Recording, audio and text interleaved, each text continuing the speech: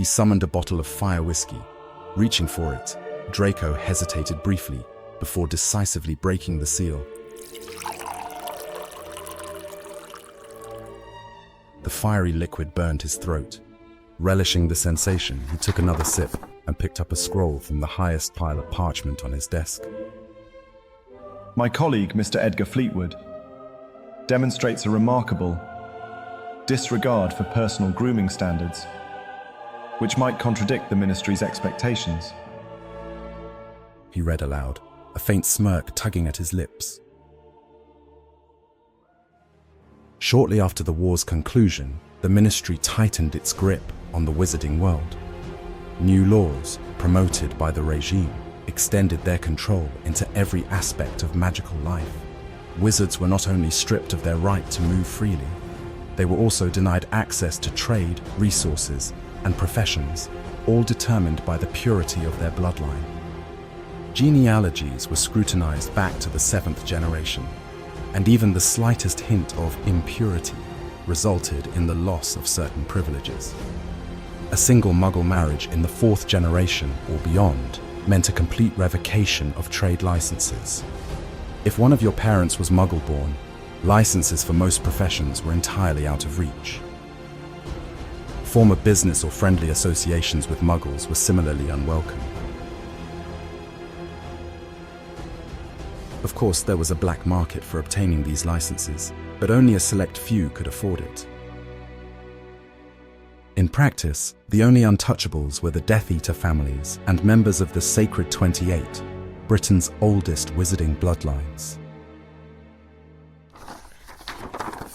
Madame Pruitt often leaves her home after sunset. Read the next report.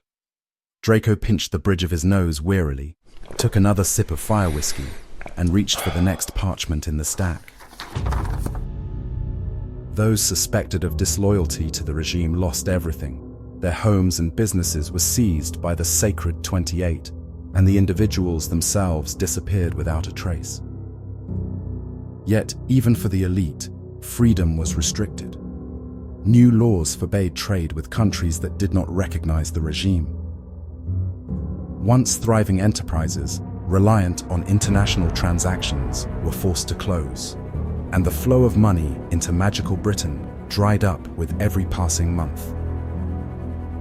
Even workers, enduring near servitude under minimal privileges, lost their jobs. Many witches and wizards were pushed to the brink of despair. I have noticed that one of our department employees, Mr. Oliver Stenwood, has been behaving oddly of late. He frequently stays late and, I suspect, takes documents intended for internal ministry use. Read another report. Informants were rewarded for useful information. No one knew that Draco funded these rewards from his own pocket. But he couldn't afford to offer too much and risk attracting unwanted attention. Wizards already in dire straits were eager to sell any tidbit of information for a few sickles.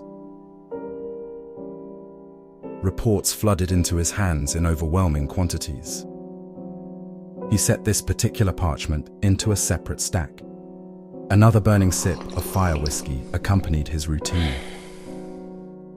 Most reports turned out to be worthless, idle gossip, fragments of overheard conversations, petty grievances between neighbors.